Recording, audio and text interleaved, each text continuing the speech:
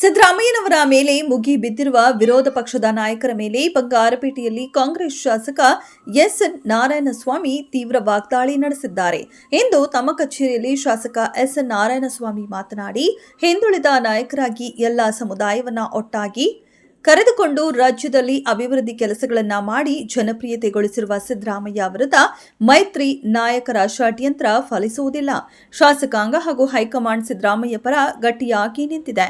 5 guarantee ಯೋಜನೆಗಳು ಸಮರ್ಪಕವಾಗಿ ಫಲಾನುಭವಿಗಳಿಗೆ ಸಿಗುತ್ತಿದೆ. ಇನ್ನು 2028ರಲ್ಲಿಯೂ ಕಾಂಗ್ರೆಸ್ ಸರ್ಕಾರ ಮತ್ತೆ ಅಧಿಕಾರಕ್ಕೆ ಬರುತ್ತದೆ.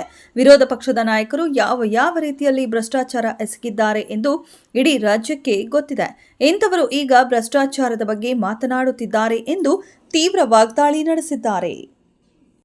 ಬಿಜೆಪಿ ಜೆಡಿಎಸ್ನವರು ಅವರ ಅಧಿಕಾರಾವಧಿಯಲ್ಲಿ ಬೇಕಷ್ಟು ಲಂಚಗುಳಿತನವನ್ನು ಮಾಡಿದರು, ಲೂಟಿ ಮಾಡಿದ್ರು. ಪಾಪ ಜನ ಅವ್ರನ್ನ ಉಗಿದು ಓಡಿಸಿದ್ರು. ಇವತ್ತು ಅವ್ರಿಗೆ ಆ ರುಚಿ ಸಿಕ್ಕಿದ್ರಲ್ಲ, ಇವತ್ತು ಸುಮ್ಮನೆ ಆಗ್ತಾ ಇಲ್ಲ. ಸಿದ್ದರಾಮಣ್ಣ ಅಂತ ಮಹಾನ್ ನಾಯಕ, ಈ ದೇಶ ಕಂಡಂತಹ 45 ವರ್ಷಗಳ ಕಾಲ ಯಾವುದೇ ಕಪ್ಪು ಚುಕ್ಕೆ ಇಲ್ಲದೆ ಆಡಳಿತ ಮಾಡಿರ್ತಕ್ಕಂಥ ಸಿದ್ದರಾಮಣ್ಣನ ಮೇಲೆ ಒಬ್ಬ ಹಿಂದುಳಿದ ವರ್ಗದವರು 2 ಬಾರಿ ಮುಖ್ಯಮಂತ್ರಿ ಆದ್ರಲ್ಲ ಅನ್ನೋ ಸಹಿಸಲಾಗದಂಥ RSSನ ಒಂದು ಕುಟಿಲತೆಯಿಂದ ಇವತ್ತು BJP ಮತ್ತು JDSನವರು ಷಡ್ಯಂತ್ರ ರೂಪಿಸ್ತಾ ಇದ್ದಾರೆ. ಇಷ್ಟು ವರ್ಷ ಮೂಢ ಹಗರಣ ಮಾಡಿದರು. ಮೂಢ ಹಗರಣದಲ್ಲಿ ಸಿದ್ದರಾಮಣ್ಣವ್ರದ್ದು ಎಳ್ಳಷ್ಟು ಪಾತ್ರ ಇಲ್ಲ ಅಂತೇಳಿ ಸಾಬೀತಾಗ್ತಾ ಇದೆ.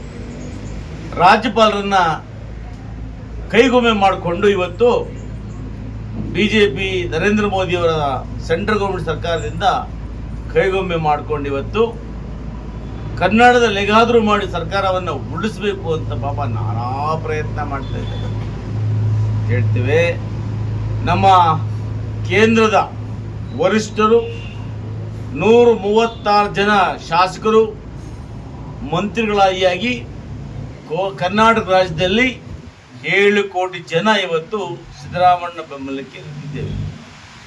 ಯಾವುದೇ ಕಾರಣಕ್ಕೆ ಜನರಿಂದ ಚುನಾಯಿತರಾಗಿರ್ತಕ್ಕಂಥ ಸರ್ಕಾರವನ್ನು, ಈ ಜನಪ್ರಿಯ ಮುಖ್ಯಮಂತ್ರಿಗಳಾಗಿರ್ತಕ್ಕಂಥ ಸಿದ್ದರಾಮಣ್ಣವನ್ನ ಕೆಳಗಿಳಿಸೋದಕ್ಕೆ ಸಾಧ್ಯನೇ ಇಲ್ಲ. ಇವತ್ತು ಈ ಗುಳ್ಳೇನಹಳ್ಳಿ ಕುಮಾರಸ್ವಾಮಿ ಆತನಿಗೆ ಯಾವತ್ತೂ ಕೂಡ ಸ್ವಂತವಾಗಿ ನಿಂತು ಅಧಿಕಾರ ಮಾಡುವಂಥ ಶಕ್ತಿ ಇಲ್ಲ. ಯಾವಾಗಲೂ ಕೂಡ ಹಿಂಬಾಗಿಲಿನಿಂದ ಅಧಿಕಾರ ಇರ್ತಕ್ಕಂಥದ್ದು ಕುಮಾರಸ್ವಾಮಿಯವರ ಅಭ್ಯಾಸ. ಪಾಪ ಈ ಬಾರಿ JDS 40-50 ಬಂದ್ಬಿಡುತ್ತೆ, ನಾನು ಕಿಂಗ್ ಮಾಸ್ಟರ್ ಆಗ್ಬೋದು ಅಂತೇಳಿ ಚುನಾವಣೆ ಸಮಯದಲ್ಲಿ ರಿಸಲ್ಟ್ ಬರುವಂಥ ಸಮಯದಲ್ಲಿ ಪಾಪ ಸಿಂಗ್ಪುರಲ್ಲಿ ಕೂತಿದ್ರು, ನನಗೆ ಕರೆ ಬರುತ್ತೆ ಅಂತ. ಜನ ಮುಟ್ಟಾಡ್ರಲ್ಲ, ಕುಮಾರಸ್ವಾಮಿ ನಾಟಕಗಳನ್ನು ನೋಡಿದ್ದಾರೆ, ಕುಮಾರಸ್ವಾಮಿ ಅವರ ಆಡಳಿತವನ್ನು ಕಂಡಿದ್ದಾರೆ. ಇವತ್ತು ಎಲ್ಲ ಕಣ್ಣಿಂದ ಕರ್ನಾಟಕ ಜನತೆ 136 ಸೀಟ್ಗಳನ್ನು ಕಾಂಗ್ರೆಸ್ ಕೊಟ್ಟು BJP JDS ಅವರನ್ನು ತಿರಸ್ಕಾರ ಮಾಡಿದ್ದಾರೆ. ಪಾಪ ಅಧಿಕಾರ ದಾಹ ಅವರಿಗೆ ತಡ್ಕೊಳ್ಳಾಗ್ತಾ ಇಲ್ಲ. BJPಯ ರಾಜ್ಯಾಧ್ಯಕ್ಷ ವಿಜಯೇಂದ್ರ ಅವರು, ಅವರ ತಂದೆ ಮುಖ್ಯಮಂತ್ರಿ ಆಗಿದ್ದಾಗ ಇಡೀ ಅದರ ಭ್ರಷ್ಟತೆ ಅವ್ರ ಪಕ್ಷದವರು ಹೇಳ್ತಾ ಇದ್ರು.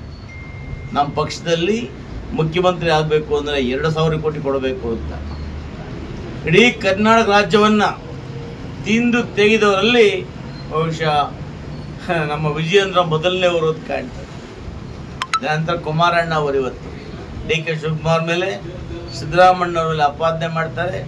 ನಾನು ಹೇಳ್ತೀನಿ, ಈ ರಾಜ್ಯ ಕಂಡಂಥ ಕಡು ಭ್ರಷ್ಟ ಇದ್ದರೆ ಅದು ಕುಮಾರಸ್ವಾಮಿ. ಇವತ್ತು ಕುಮಾರಸ್ವಾಮಿ ಮಾಡಿರ್ತಕ್ಕಂಥ ಮೈನಿಂಗ್ ಹಗರಣ, ಯಡಿಯೂರಪ್ಪನವರ DDD ಹಗರಣ, ಬೊಮ್ಮಾಯಿ ಕಾಲದಲ್ಲಿ ಆಗಿರ್ತಕ್ಕಂಥ ಕೊರೋನಾ ಹಗರಣ,